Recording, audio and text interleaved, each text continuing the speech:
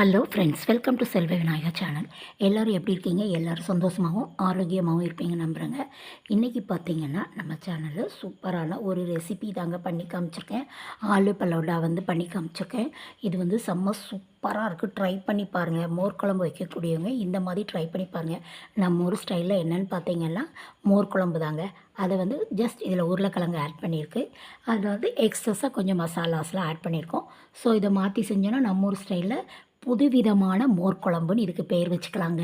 அவ்வளோ சூப்பராக இருக்குது. ட்ரை பண்ணி பார்க்கலாம். இப்போ பார்த்தீங்கன்னா இதுக்கு மஞ்சள் பொடி, வத்தப்பொடி, மிளகு பொடி, ஜீரகம், மல்லிப்பொடி, இது எல்லாமே பொடி வகைகள் இதெல்லாம்.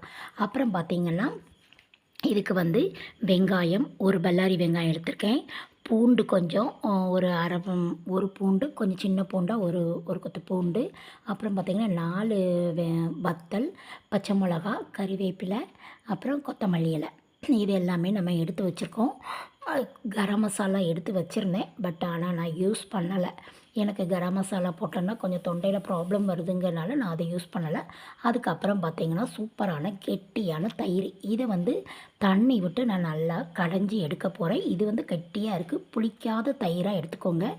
நான் மார்னிங் தான் இதை உர விட்டு வச்சுருக்கேன். இதுக்கு அப்புறம் பார்த்திங்கன்னா உருளைக்கிழங்க அவிச்சு நம்ம எடுத்து வச்சுக்கோம். இவ்வளோ தான் இதுக்கு தேவையான இன்க்ரீடியன்ட்ஸ். மசாலா பொருள், அது போக பச்சை மிளகா, வெங்காயம், வெள்ளைப்பூடு, மிளகாத்தூள், மல்லித்தழை, கருவேப்பிலை. இப்போ அடுப்பில் கடாய் வச்சு அடுப்பில் கடாய் வச்சு ஆயில் விட்டு வெள்ளைப்பூடை போட்டு நல்லா வதக்கிக்கலாம். இந்த வெள்ளைப்பூடு கூட பார்த்திங்கன்னா நம்ம வச்சுருக்கக்கூடிய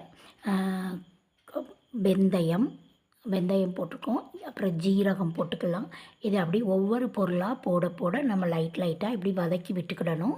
அப்போ தான் நல்லா வதங்கும். அடுப்பை சிம்மில் வச்சுட்டு அப்பப்போ இதை கொஞ்சம் கொஞ்சமாக வதக்கி விட்டுக்கோங்க. இப்போ பார்த்திங்கன்னா வெள்ளைப்பூடு, வெந்தயம் போட்டு வதக்கிட்டுருக்கேன்.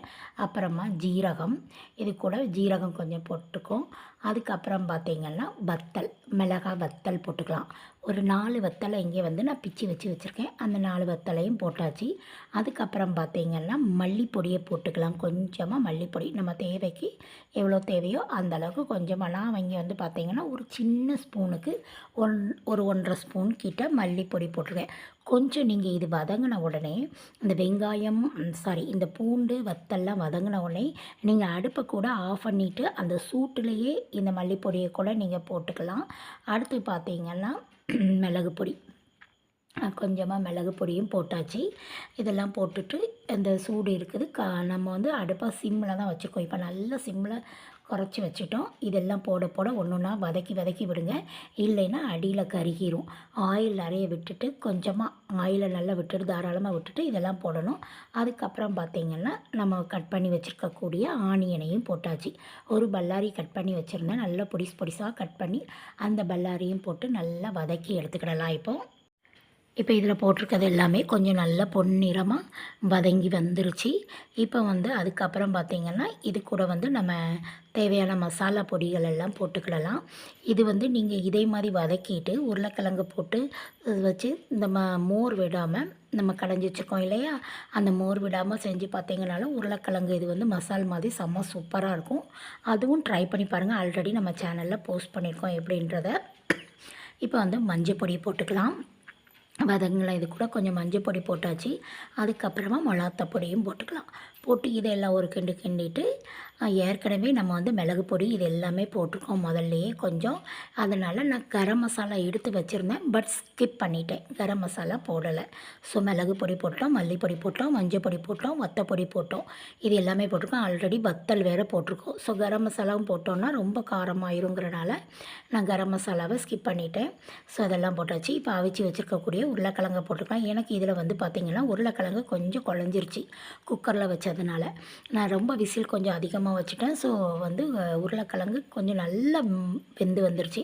நீங்கள் போடும்போது கொஞ்சம் ரொம்ப குழையாமல் அவிச்சு வச்சு போடுங்க. செம்ம சூப்பராக இருக்கும்.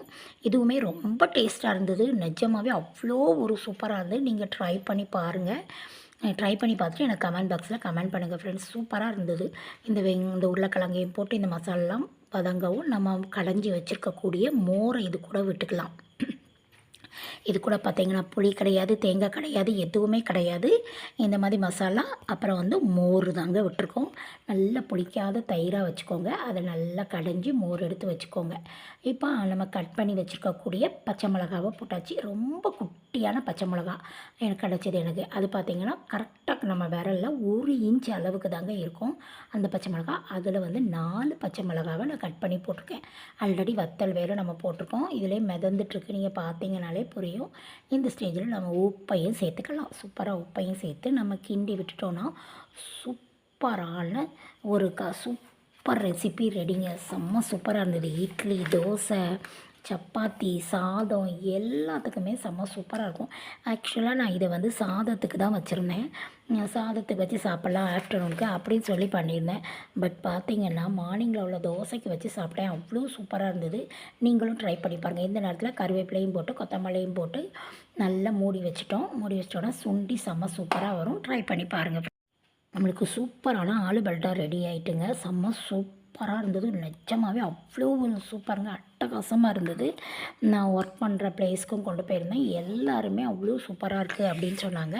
ட்ரை பண்ணி பாருங்கள். ட்ரை பண்ணி பார்த்துட்டு எப்படி இருக்குங்கிறத நம்மளுக்கு கமெண்ட் பாக்ஸில் கமெண்ட் பண்ணுங்கள் ஃப்ரெண்ட்ஸ்.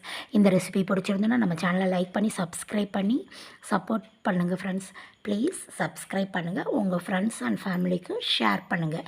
இதை பூரிக்கெலாம் வச்சு சாப்பிடும்போது இன்னும் அட்டகாசமாக இருக்கும். பூரி, சப்பாத்தி, தோசை, இட்லி, சாதம் எல்லாத்துக்குமே செம்ம காம்பினேஷன். ட்ரை பண்ணி பார்த்துட்டு எப்படி இருக்குங்கிறத எனக்கு கமெண்ட் பாக்ஸில் கமெண்ட் பண்ணுங்கள் ஃப்ரெண்ட்ஸ்.